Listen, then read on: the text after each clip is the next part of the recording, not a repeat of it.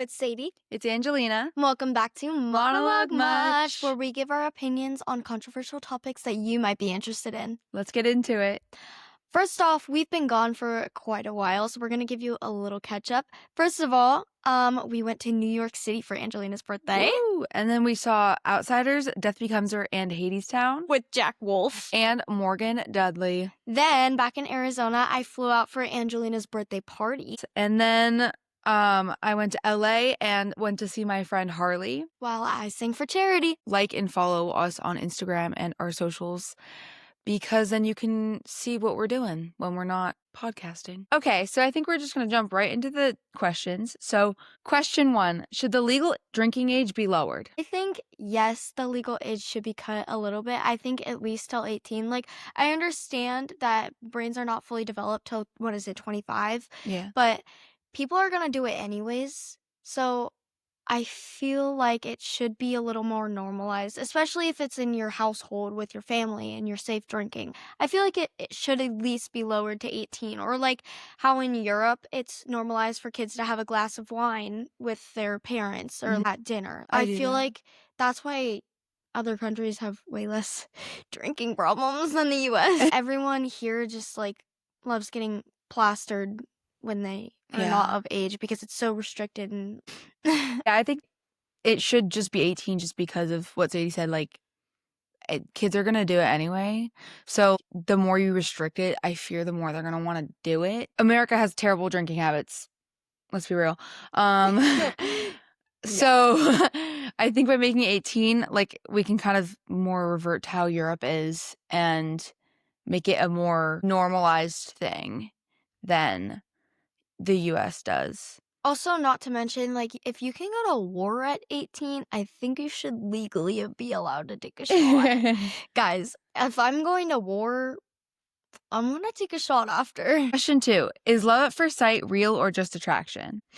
I think it's mostly just like attraction stuff, because I feel like instead of you falling in love with the actual person, you fall in love with what they could be, which is something that happens a lot when you're talking to someone that's not great for you. Sometimes you're just falling in love with the idea of them rather than what you're actually getting. And I think that's kind of how falling in love at first sight kind of works, because you're only basing it on what they look like rather than their actual personality and what they value.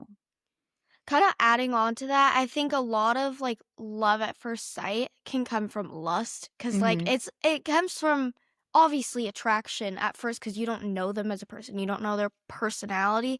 So I think a lot of that can come from like lustfulness, and especially nowadays with so much hookup culture, I feel like it can just be a very lustful thing. I mean, not always. Maybe it is the love of your life, but you're not gonna know that from first sight. Let's be for real. Like, you don't know their personality, you don't know their morals, you don't know what their background is. Your morals might not align with them, or you might be a great match, but like maybe you wouldn't have known that right then and there.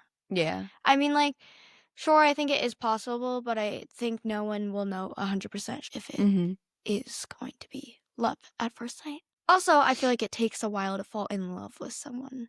Hot take, but I think it can be attraction at first sight, or like likability. Falling in love with the idea of them. Yeah, but I don't think real love at first sight exists. Yeah. Except for with you. Oh, okay. Oh. Actually, just kidding. We didn't like each other. Not one bit. It's because this woman has an RBF. And it's okay. It's okay. And you're blonde. Right. I'm also like basic looking blonde. That can be a little scary. Yeah. And we met in New York, and we had mutual friends, but we didn't talk to each other. We weren't in the same group because we met at like a workshop thing. But whatever. We're friends now. I like what you said about the hookup culture, though, because it's kind of like when you fall in love with someone, or first sight love type. Yeah. First attraction. First attraction First type sight. love. I think it's different than how it was when our parents were like our age, because they didn't really have hookup culture. I mean, they did. I think it was just different back then. So technically, I feel like Love at First Sight honestly could have been more possible because there were so many less factors than what we have now. I see where you're coming from, but still, I feel like it just really comes into play as in you don't know their morals and you don't know them as a person. So again, I don't think it is still love at first sight. Yeah. Okay. And then our last question is live theater more authentic than film acting? Okay, this is very opinion based. Your answer will be different from who you are and what you like, obviously. But my hot take is I think yes, theater is more authentic than film because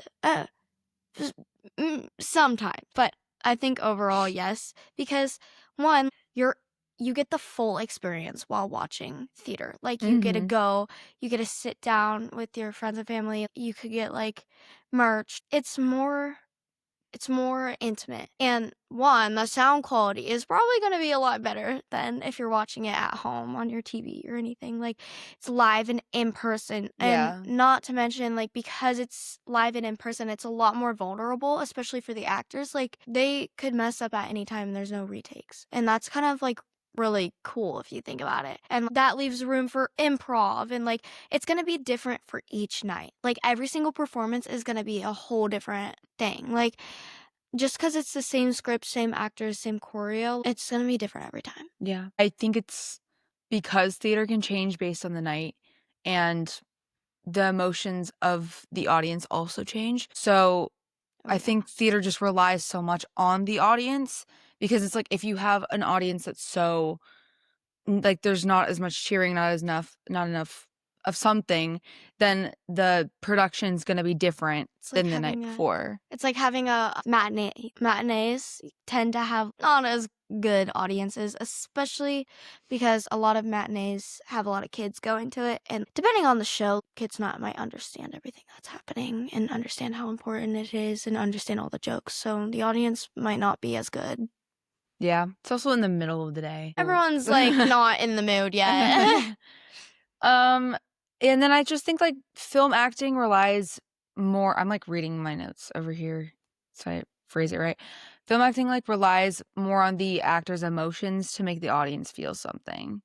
So it kind of flips it because theater relies more on the audience and then the audience relies more on the actor because it's very one-sided with film. Yeah, I also do think there is pros and cons to film. I think it's also a very authentic thing and it shouldn't be less valuable or less appreciated than live theater because it's also amazing and I love film too.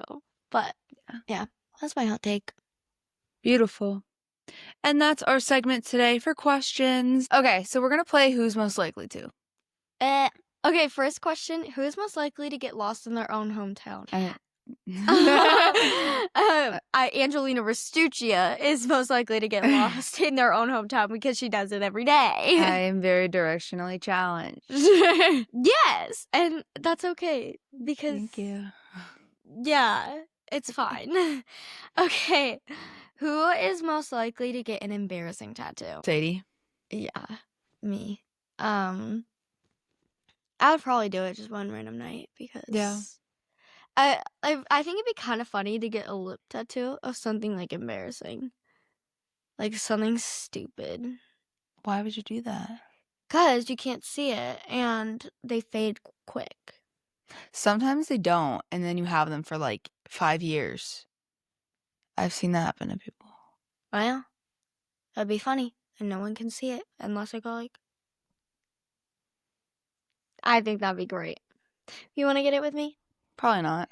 Okay, who's most likely to give their kid an unusual name? I think You. also me. If I have girls, I really want to name Cosette and Sutton. That's not bad. No, but it's more unusual than a regular name like Maddie or Sadie or Angie. You know. Who's most likely to own the most pets? I don't know. I would own cats and you would own dogs. Yeah. Probably you then because cats multiply really fast. Right. If Bella was on this pod, I love you, Bella. She would own the most pets. She owns 40 billion cats. She owns 12 cats. That's a lot of cats. That's so insane. I love it, though. And some of them are like kittens. So if you want one, let her know. Who's most likely to become famous? You. I feel like also you. But I think you're more intentional about wanting to be famous. Like, like, for my career stuff, I would want it to be successful. You're looking for, like, fame stuff. That makes You know it what I sound mean? like bad. But I feel like I've also just wanted to kind of be successful in that way since I was teensy tiny. Yeah, I used to want to be like that. And then I was like, if that happens, great. But if it doesn't, I just want to be successful in my career that I want. I feel like it could also be, like, stressful. It could get stressful. I don't think I could handle people at my door all the time. That would stress me out. It would stress me out, but I feel like the stress would be worth it. Yeah. I'm also saying that now. Who knows? The clicking might get you of the cameras. Don't even get me. I might fight them. I might get, like, canceled. I might, like, slap. I hate, like, repetitive noises or, like, touching or, like, blah, blah, blah. I have misophonia. If you didn't know, I feel like we talked about that earlier. Probably. On a earlier episode. But it's just, like, little things get me, and I feel like I'd, like, say something rude or, like, give them a nasty stare, and I'd be caught on camera, and they'd be like, Sadie Short canceled, rude to fans for smacking gum. Guys, it wasn't me, it was AI. It was AI. If you see a clip of me staring someone down chewing gum, it was AI. Shit was not me. Also, peep our new setup. Ooh. We're in Arizona right now, actually. We're in Arizona right now. Also, I'm so sorry we have not been filming. We have been very busy bees. We've been, as we said in the beginning, very busy bees. Yes. But we're back. Yes. Don't fret. Every single time we try to film, something comes up. Okay, so that's the end of our episode. If you want to see more of us, find us at Monologue Much on Instagram, on TikTok, on YouTube, where you can watch our podcast with video, which you can also watch our podcast with video on Spotify. Yay. And you can also listen to us on Apple Podcasts. So yeah, we post every other Wednesday. And then if you want to send us questions, you can find our Google form on our Instagram, like on our like Linktree thing, which will also bring you to like literally everything. Yes. Yeah. But thank you so much for watching. Have a good day, y'all, or night, or evening, or wherever you are. Okay, I need to calm down. Calm down. Okay. Bye. Bye.